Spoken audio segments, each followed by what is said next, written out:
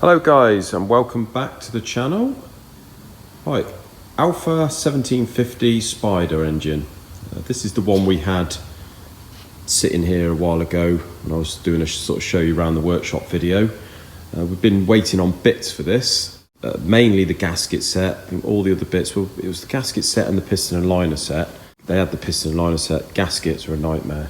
Anything coming from Europe at the minute is just a complete nightmare for us and many other people, I should imagine. But anyway, got all the bits now, got the gasket set.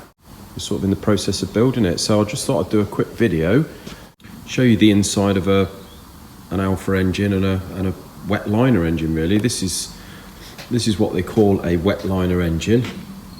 So what you've got in there, this is the cylinder block.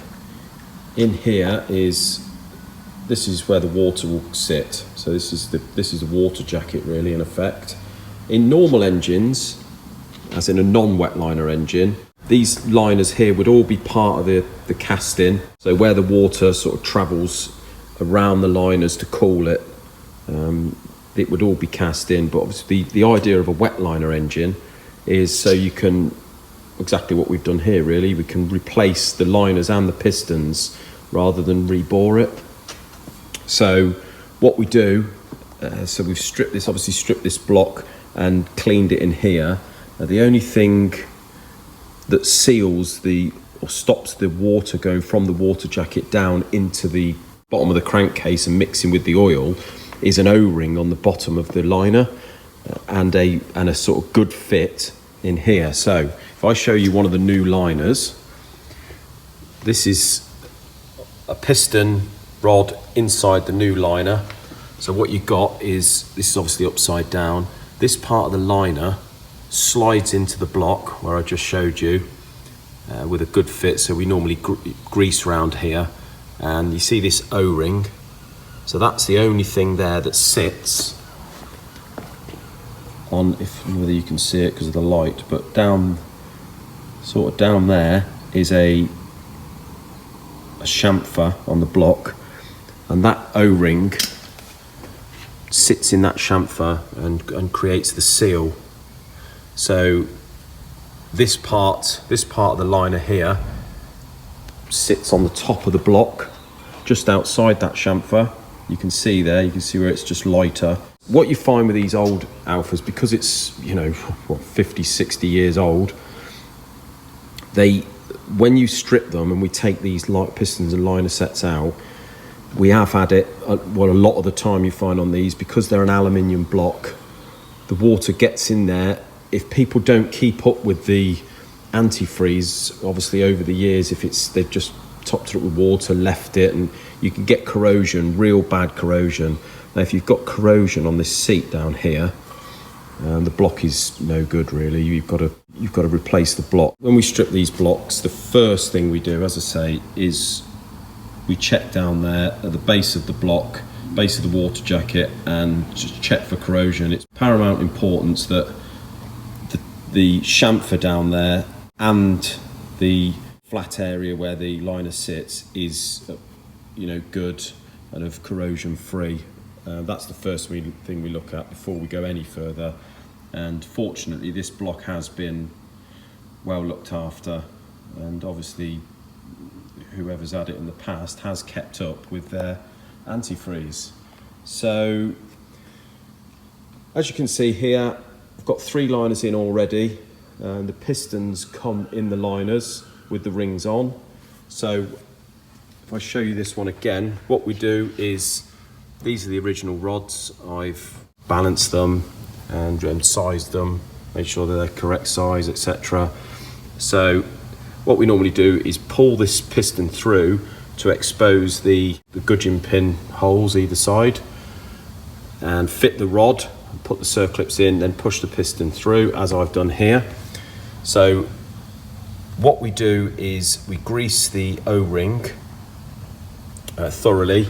Then we don't grease this part of the liner that goes in the block, because obviously what would happen there is the grease would get pushed up and sit in this gap here, giving you a sort of false protrusion of the liner. What I do is grease down there inside inside the block, and then we feed, obviously getting the correct way round, we feed the piston and liner down through the block until it sits home. What we have to check for first is without the O-ring on, because obviously the O-ring will make the liner sit very slightly up until the head's bolted down with the head gasket. You'll get a false protrusion reading of the liner. So what I do is I'll do a dummy build with these first. I'll take the O-ring off, put them in dry with no grease. I'll put the liner in dry, and then what we do, compared to the edge of the block here, which as you can see is unfaced, we check the height of the liner. As you can see there, the liner's sitting slightly proud, probably about 10 thou proud there, if not more, because of the O-ring. But with the O-ring off, this protrusion here, we normally, compared to this, we have the liner sitting, I think it's about 3 thou, 2.5 thou, something like that, just to make sure that once the gasket is fitted, the head gasket, you get a nice clamp on these liners, and they push them into the gasket this end and down into the block the other end, creating a nice firm seat for the liners so they don't move about.